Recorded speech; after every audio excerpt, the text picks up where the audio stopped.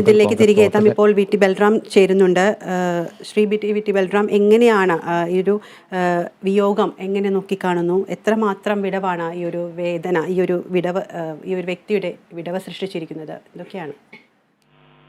ഇന്ന് രാവിലെ തന്നെ കേൾക്കാൻ ഇടവന്ന ഒരു ദുഃഖവാർത്തയാണ് ആദരണീയനായ TH മുസ്തഫയുടെ നിര്യാണത്തിന്റെ വാർത്ത.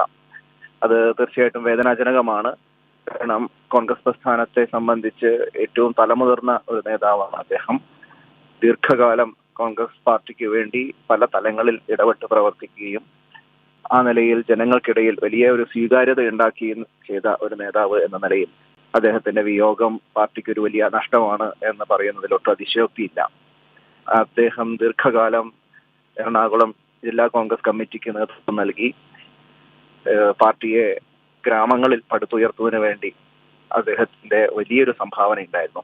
ഇന്ന് കേരളത്തിലെ തന്നെ കോൺഗ്രസിന്റെ ഏറ്റവും വലിയ ഒരു ശക്തി കേന്ദ്രങ്ങളിൽ ഒന്നായി എറണാകുളം ജില്ല മാറിയതിന് പുറകിൽ THനെ പോലുള്ള നേതാക്കന്മാരുടെ വലിയ പ്രയത്നമുണ്ട്.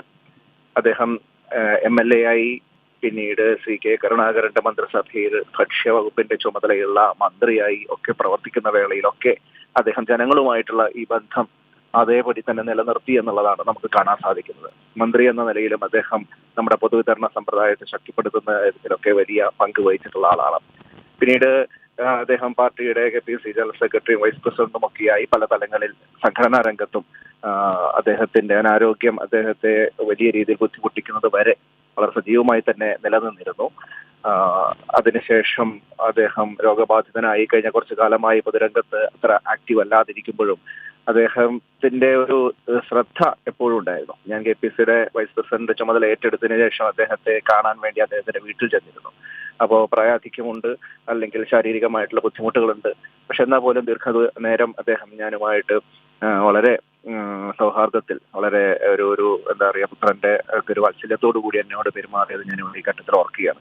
അപ്പൊ അങ്ങനെയുള്ള ഒരു വലിയ നേതാവിന്റെ നിര്യാണം എന്ന് പറയുന്നത് നമുക്കൊക്കെ വ്യക്തിപരമായി തന്നെയുള്ള ഒരു വേദനയാണ്.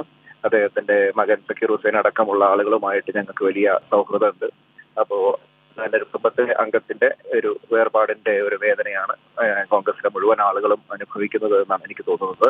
ആ വലിയ നേതാവിന്റെ ഓർമ്മകൾക്ക് മുമ്പിൽ ആദരാഞ്ജലികൾ അർപ്പിക്കുകയാണ്. നന്ദി വി ടി ബൽറാം, ഈ ഒരു അവസരത്തിൽ ഞങ്ങളോട് പ്രതികരിച്ചതിന്.